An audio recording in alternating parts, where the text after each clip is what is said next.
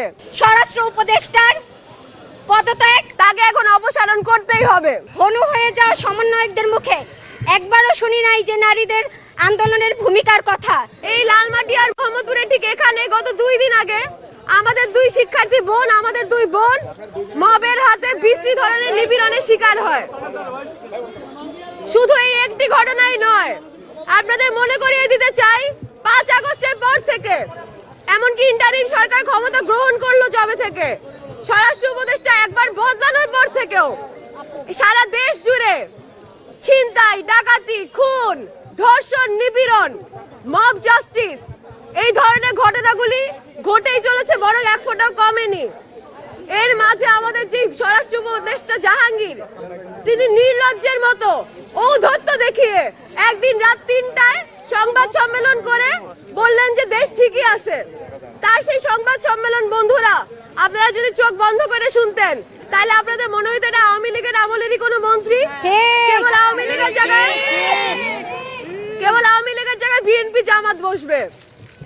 আমরা যে জুলাই গণ অভ্যুত্থানে প্রত্যেকে অংশ নিয়েছি, আমাদের কিছু স্বপ্ন ছিল, আমাদের কিছু আশা ছিল, কিন্তু আমরা দেখতে পাচ্ছি এই অভ্যুত্থানের পর আমরাই যারা সেখানে সম্মুখ সারির সহযোদ্ধা, অংশগ্রহণকারী ছিলাম, আমাদের যে বিন্দুমাত্র নিরাপত্তাটা নিশ্চিত করার দায়িত্ব ছিল এই সমন্বয়কদের, এই রাষ্ট্রের, এই উপদেষ্টাদের, তারা তা করতে পারেনি। সেই জায়গা থেকে আমরা ধর্ষণ ও নিপীড়নের বিরুদ্ধে বাংলাদেশ প্ল্যাটফর্ম থেকে এর আগে একটি স্বরাষ্ট্র মন্ত্রণালয় অভিমুখে গণপদযাত্রার আয়োজন করি। আপনারা নিশ্চয়ই দেখেছেন এবং জানেন, পুলিশ ধর্ষকদের ধরতে পারে না, মব ঠেকাইতে পারে না, চোর ধরতে পারে না, কিন্তু ওই মিছিলে ঠিকই তারা বাধা দেয় এবং সেই বাধায় আমাদের বেশ কয়েকজন সহযোদ্ধা তারা আহত হন। সেই জায়গা থেকে আমরা একটি মশাল মিছিল করি। আবারও আমরা স্বরাষ্ট্র উপদেষ্টা জাহাঙ্গীরকে সময় বেঁধে দেই যে আপনি 24 ঘন্টার মধ্যে পদত্যাগ করেন, ক্ষমা চান আমাদের কাছে। তিনি তা করেননি, ফলে তার পদত্যাগের আর কোনো প্রশ্ন নাই বন্ধুরা, তাকে এখন অপসারণ করতেই হবে।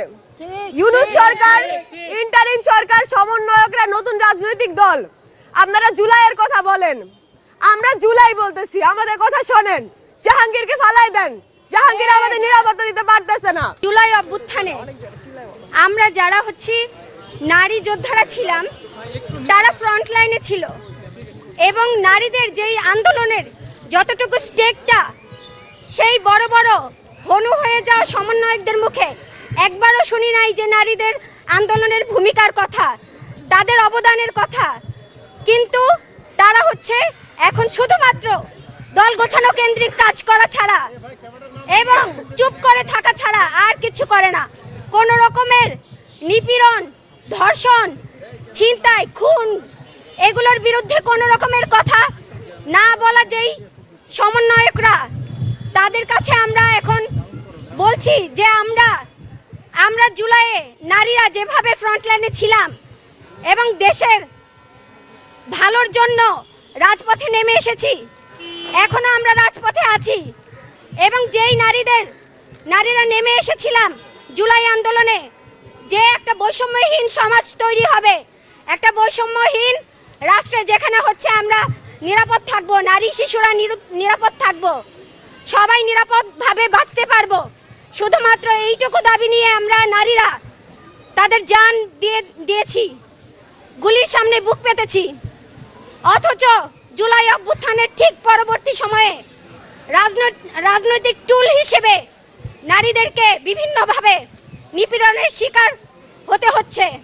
এই নিপীড়নের শিকার হওয়া এবং যেই নিরাপত্তা দিতে ব্যর্থ পুলিশের আইজিপি এবং স্বরাষ্ট্র উপদেষ্টাকে আমরা বারবার বলে যাচ্ছি যে আমাদেরকে নিরাপত্তা দেন, এতটুকু করেন আমাদের জন্য, এইটুকু দিতেও তারা ব্যর্থ।